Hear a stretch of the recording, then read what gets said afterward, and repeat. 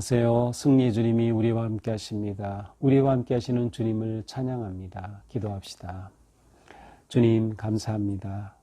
오늘 또 새날을 주시니 감사합니다.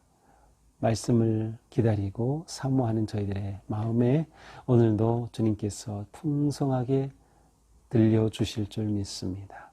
말씀으로 세워지는 삶, 말씀으로 더욱 저희들의 삶이 믿음 위에 견고히 설 수 있도록 인도하여 주시옵소서.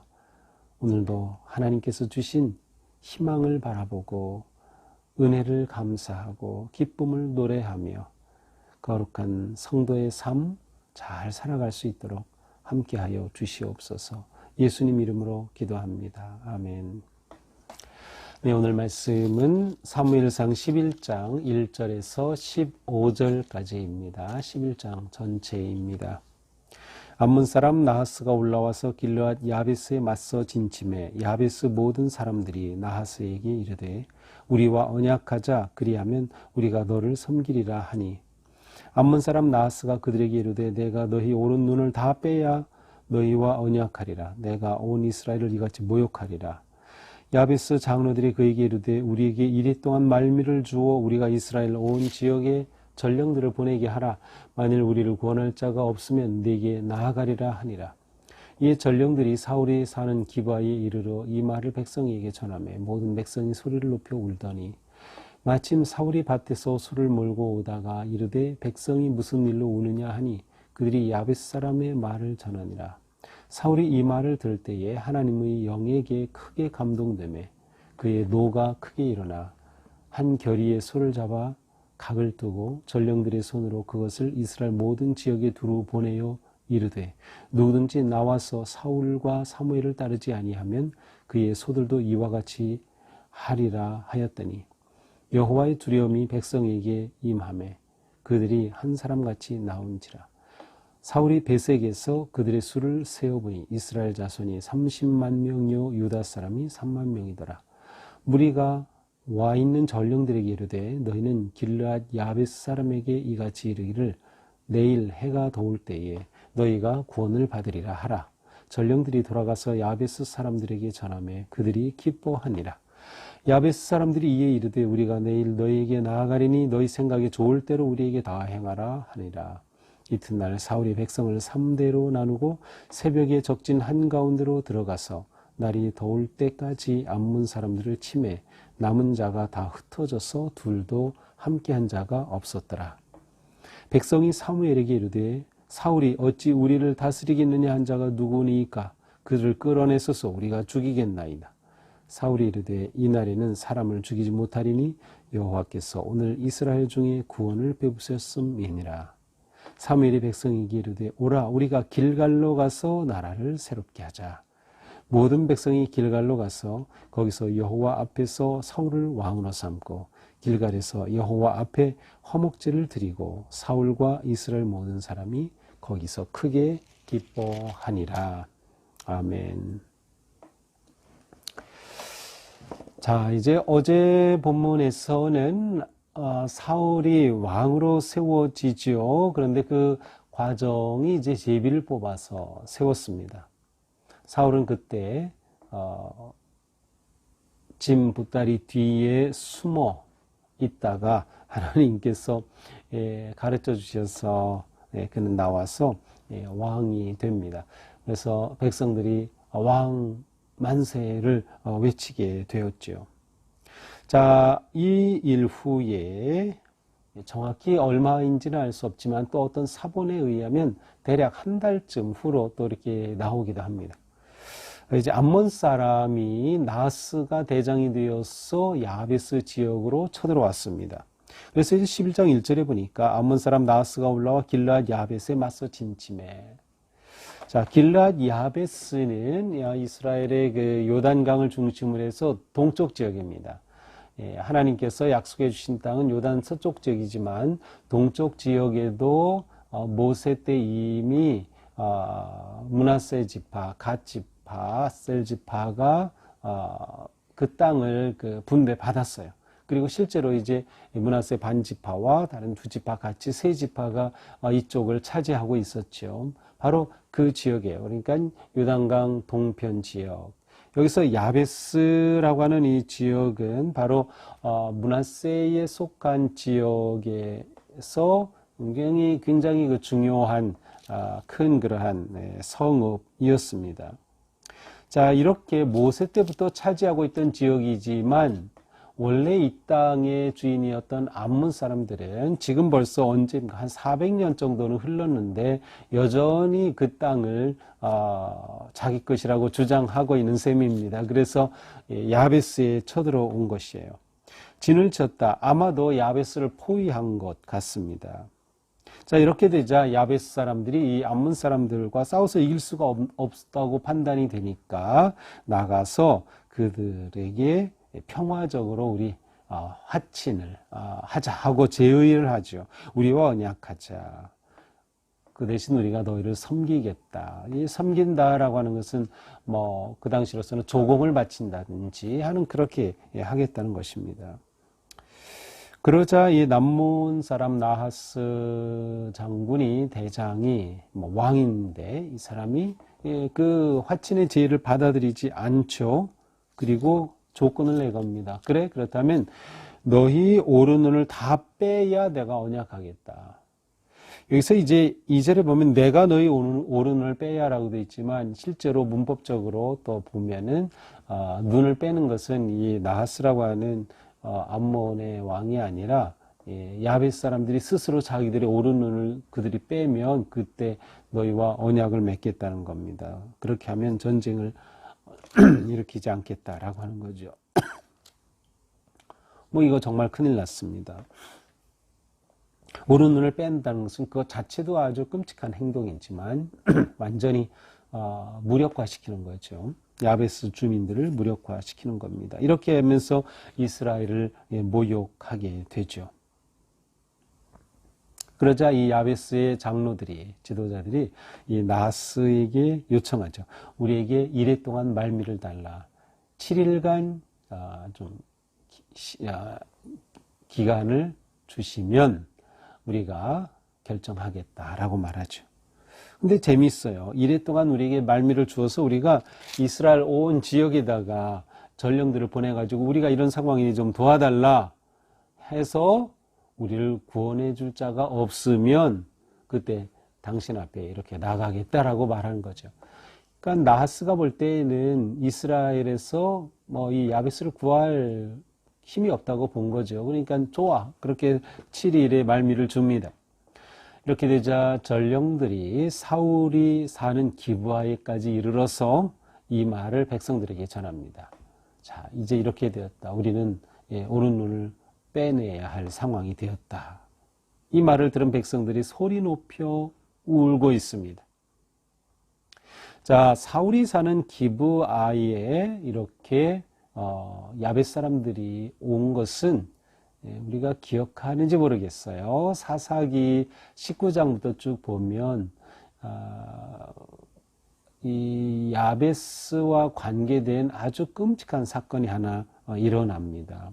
그것은 이제 기브아의 땅, 기브아 땅이 바로 이 지금 이 사울이 사는 곳이죠. 이 기브아에 불량배들이 있었는데 이 불량배들이 한 레위인을 능욕하려고 하다가 레위인의 첩을 아주 비참하게 폭행하고 성폭행하고 그 첩이 죽는 사건이 있었죠. 그래서 도대체 이럴 수 있느냐 해가지고 다른 지파들이 일어나서 이때 바로 기브아가 때는 베냐민 지파죠. 이 베냐민 지파로 완전히 박살냅니다. 그래서 이 지파가 완전히 없어질 지경이 되었어요. 자, 이렇게 되자 베냐민에 남은 사람은 남자 600명밖에 없게 되었습니다. 이렇게 됐을 때 어떻게 하겠느냐. 이 베냐민 한 지파가 우리 가운데서 사라지게 되었다. 그래서 이제 그때 나온 대책이 바로 오늘 본문에 나오는 이곳입니다. 야베스에서, 길앗 야베스에서 처녀 400명을 데려다가 이 베냐민 지파 이 청년들과 살게 하고 그렇게 해서 이 지파를 이어가자 했던 사건이 바로 오늘 나오는 이 야베스와 기브아의 관계입니다. 그러니까 이 야베스 사람들은 이 기브아하고 아주 혈족인 셈이죠. 그래서 기브아에 이렇게 도움을 요청하러 왔던 겁니다. 근데 사울이 이제 밭에서 소를 몰고 오다가 이렇게 우는 것을 본 거예요. 그래서 무슨 일로 우느냐라고 묻습니다. 자, 이상하죠. 사울이 왕이 되는데 밭에서 일하고 있습니다. 왕으로 세우긴 했지만 사울은 왕으로서 무엇을 어떻게 될지를 전혀 몰랐어요. 왕궁을 세운 것도 아니고 집무실을 차린 것도 아니고 뭐 윤석열 대통령처럼 뭐 용산으로 옮기겠다 뭐 그런 것도 없고 그냥 예전과 똑같이 밭에서 일하고 있는 겁니다. 좀 부정적으로 본다면 이게 왕으로 세우긴 했지만 개념이 없는 것이라고도 볼 수 있고 아직 사무엘이 건재하기 때문에 사울이 왕으로서 어떤 일을 하는 것 자체가 엄두가 나지 않을 수도 있었고요. 좀 긍정적으로 본다면 이런 상황에서 사울은 때를 기다리고 있다라고 볼 수도 있습니다. 어떻게 보든 지금 사울은 소를 끌고 농사를 짓고 오고 있는 겁니다. 그런데 사울이 이 말을 들으면서 하나님의 영이 그때 그에게 임하여요.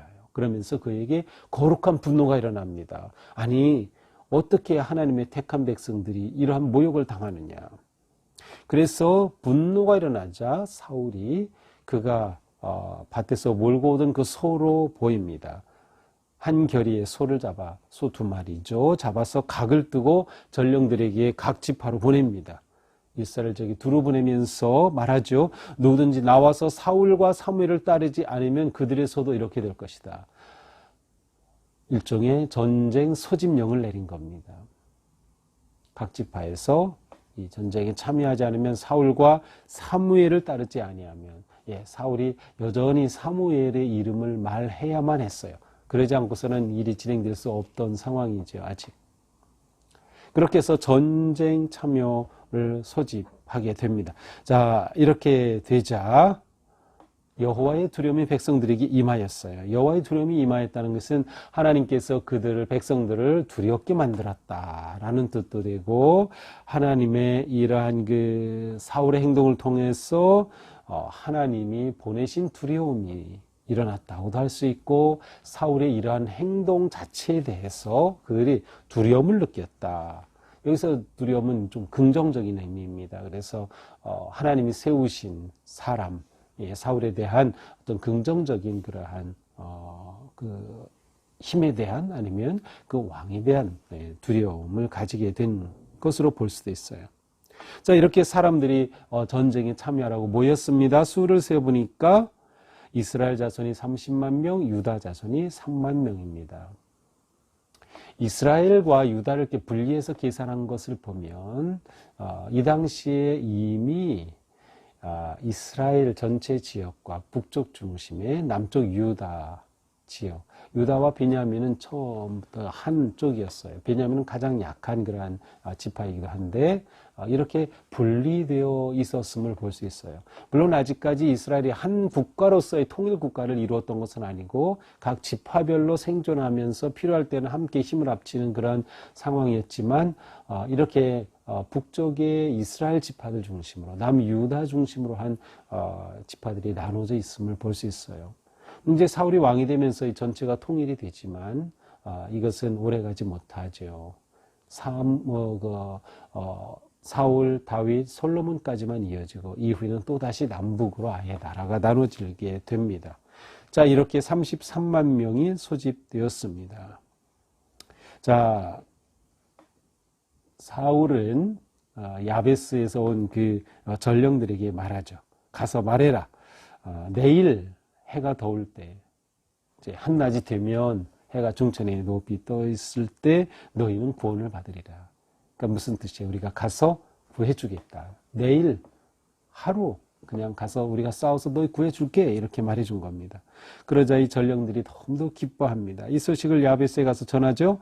10절에 보니까 야베스의 지도자들이 이제 그에게 쳐들어왔던 암몬의 나하스에게로 갑니다. 이 나하스는 뱀이라는 히브리 말로는 또 뱀이라는 의미가 있는데 이 정말 악한 나하스에게 가서 말합니다. 우리가 내일 너에게 나아가겠다.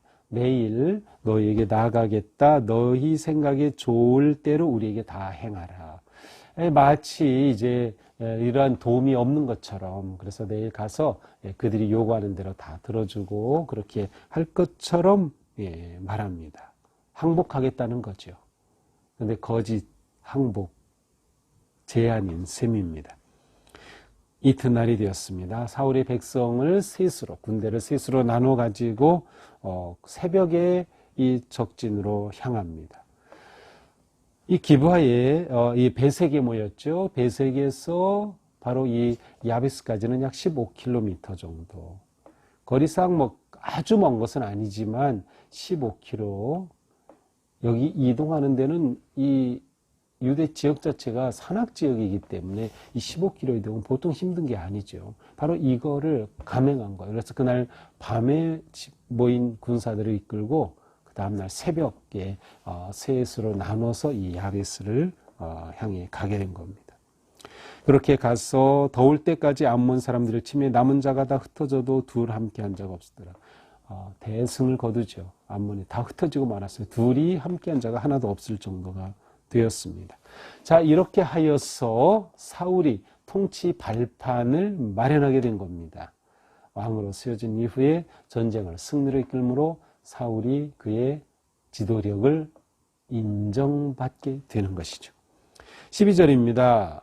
백성들 중에 사무엘에게 이렇게 말하는 사람이 있었어요. 사울이 어찌 우리를 다스리겠느냐 한 자가 누구니까. 자, 기억합니까? 10장 27절에 어제 마지막 절. 어떤 불량배가 이르되 이 사람이 어떻게 우리를 구원하겠느냐? 사울에 대해서 빈정된 거죠. 그리고 예물도 바치지 않았어요. 근데 이것을 아는 사람들이 사무엘에게 말한 겁니다. 바로 이러한 사람 끌어내서 우리가 숙청하자. 네, 사무엘에게 왔다는 것을 보면 여전히 사무엘의 리더십이 더 큰 영향을 미치고 있었던 거죠. 자, 그런데 이때 사울이 등장해서 말합니다. 이날에는 사람을 죽이지 말자. 여호와께서 오늘 이스라엘 중에 구원을 베푸셨음이니라.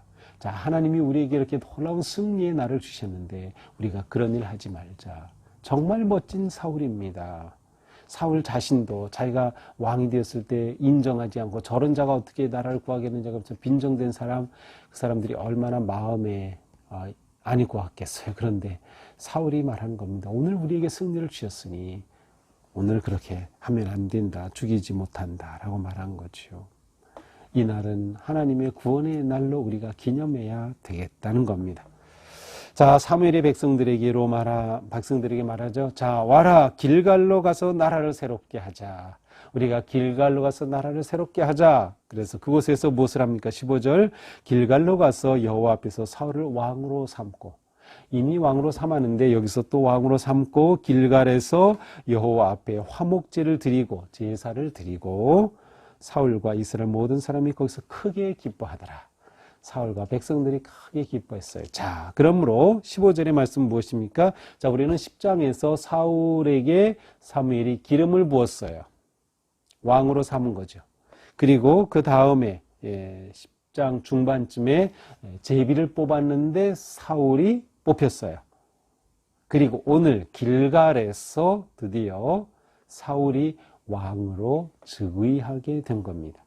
취임 예배를 드린 셈이죠. 화목 제사를 드리고 왕으로 즉위하는 일이 이 길갈에 써 있었어요. 이 길갈은 이스라엘 백성들에게 아주 중요한 그 영적인 중심지입니다. 왜냐하면 처음 요단강을 건너서 여호수아가 그들을 이끌고 들어왔을 때 길갈에 진을 쳤고 길갈에서 유월절을 행했고 길갈에서 할례를 행했고 그곳에 단을 쏴서 12돌을 취하였어요. 그래서 기념비를 세운 것이 바로 길갈이에요. 그래서 길갈은 이스라엘의 새로운 역사의 시작이 일어난 아주 의미 있는 거룩한 곳입니다.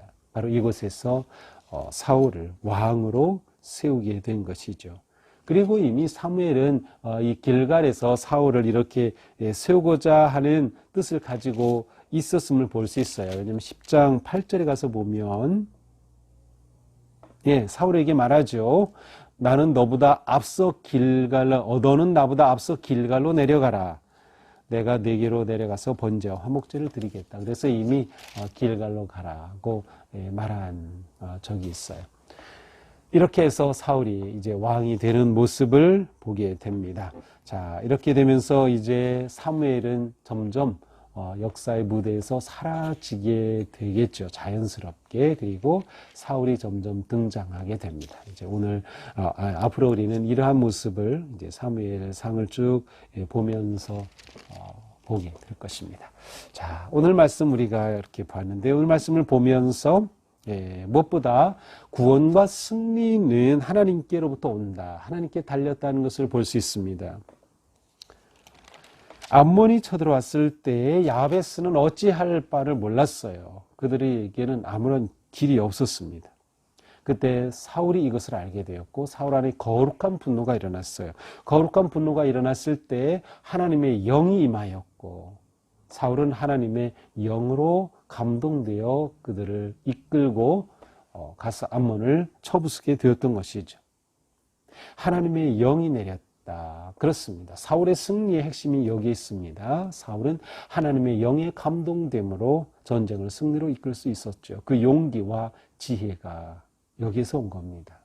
그러므로 하나님 안에서 우리는 삶의 승리 길로 나아갈 수 있다는 것입니다. 승리는 하나님이 주신다. 그러므로 우리는 언제나 하나님을 의지해야 하고 하나님 안에 머물러야 하고 하나님의 손을 잡아야만 합니다. 오늘 우리가 살아가는 동안 또 우리가 여러 가지 위기 속에서 살아갈 때 하나님을 잡아야 되는 거예요. 하나님의 영을 의지해야 되는 거예요. 성령님을 의지하고 성령님이 주시는 지혜와 능력으로 우리가 승리 걸음을 걸어가게 되는 것입니다. 하나님의 쓰시는 사람은 하나님의 영이 감동된 사람, 하나님의 영이 함께하는 사람입니다. 우리 모두 하나님의 영에 충만히 감동된 그러한 복된 성도들이 되어야 할 것입니다. 또한 사울은 이렇게 직접적으로 전쟁을 이끌고 참여하여 승리로 만들므로 그가 왕위로 즉위하는 그런 발판을 마련하였습니다. 권위의 원천이 여기에 있는 거죠. 행동하는데 권위의 원천이 있습니다. 지도자는 말로만이 아니라 삶으로 행동으로 권위를 세워가게 되는 것이죠. 자녀들은 부모의 삶을 보며 배우는 것이고 불신자들은 우리 성도들의 삶을 보며 복음으로 이끌리게 되는 것이에요. 그렇습니다. 우리는 삶으로서 말하는 성도들이 되어야 합니다. 또한 사울이 보여준 관용의 미덕, 그를 비난하고 빈정대었던 사람 죽이려고 하는데 그렇게 하지 말자. 오늘은 하나님이 주신 구원의 날이다. 힘이 있을 때 관용할 수 있다는 것은 매우 귀한 것입니다. 성도의 삶은 바로 이러한 것을 통해 빛나게 되는 것이죠. 오늘 하루 사는 동안 우리는 하나님을 의지함으로 승리를 향해 나아갈 수 있고 어떤 상황에서도 하나님을 바라보면서 또한 우리가 관용할 수 있는 좋은 기회를 놓치지 말고 우리가 관용하고 베풀고 받아들이는 삶으로 하나님께 기쁨이 되고 영광이 되는 그러한 복된 하루가 되기를 주님의 이름으로 축복합니다. 기도합시다. 주님 감사합니다. 오늘 또 저희들의 삶이 하나님의 영에 감동된 삶의 위기와 또 아픔과 두려움이 우리에게 계속 몰아치고 있지만 주님, 저희들을 이 위기에서 건져주시고 저희가 더욱 주님 의지하고 붙잡도록 인도하여 주시옵소서. 오늘도 주님의 은혜 안에서 저희들의 삶이 거룩하고 승리하는 복된 하루가 되게 하여 주옵소서. 예수님 이름으로 기도합니다. 아멘. 네, 오늘도 주님 은혜 안에서 승리하는 복된 하루가 되기를 축복합니다. 사랑합니다.